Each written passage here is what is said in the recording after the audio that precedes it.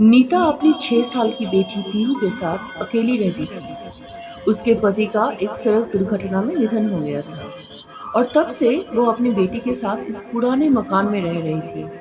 मकान थोड़ा पुराना जरूर था, लेकिन नीता को इसमें अजीब कुछ महसूस नहीं हुआ, कम से कम पहली रात तक। रात के करीब 2 बजे नीता की आंख खुली। उसने महसूस हुआ कि पीहू कमरे में नहीं है। वो दरवाजे के पास खड़ी थी।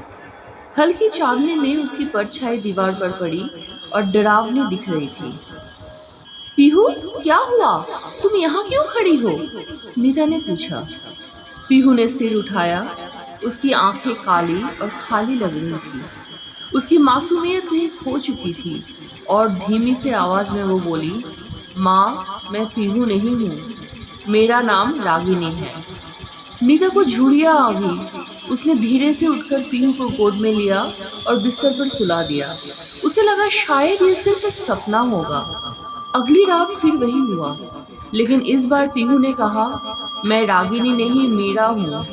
नीता का दिल जोर से धड़कने लगा। ये कोई मजाक नहीं था। उसकी बेटी हर रात किसी और इंसान की तरह बर्ताव कर रही थी। उसकी आवाज भी बदल रही थी। नीता ने इस बार पीहू से बात करने की ठानी। पीहू, बताओ, ये सब क्या है? पीहू ने धीरे से मुस्कुराया, मगर उसकी मुस्कान अजीब थी। माँ, मैं पीहू नहीं हूँ। हम सब यहाँ रहते हैं, ये हमारा भी घर था। हम सब? कौन हम सब? पीहू ने दीवार की तरफ इशारा किया। नीता ने डरते डरते उधर देखा। एक परछाई हिल रही थी, जैसे कोई खड़ा हो। तभी पीहू की आवाज बदल गई। वो एक बूढ़ी औरत की तरह बोलने लगी, तुम्हें यहाँ नहीं आना चाहिए था। ये घर हमारा था। हमें निकाल दिया गया था और हम वापस आ गए हैं। नीता अब बहुत डर चुकी थी।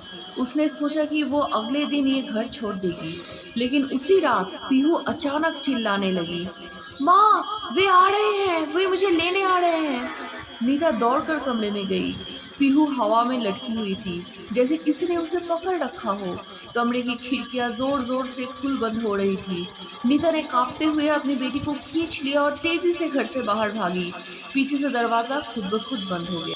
अगली सुबह नीता ने उस घर को हमेशा के लिए छोड़ दिया, लेकिन जाते जाते उसने देखा, पीहू की आंखों में अब भी वही अजीब चमक थी। क्या वे आत्माएं उसके साथ आ गई थी? शायद ये अंत नहीं, बल्कि एक नई शुरुआत थी। Please like, share and subscribe.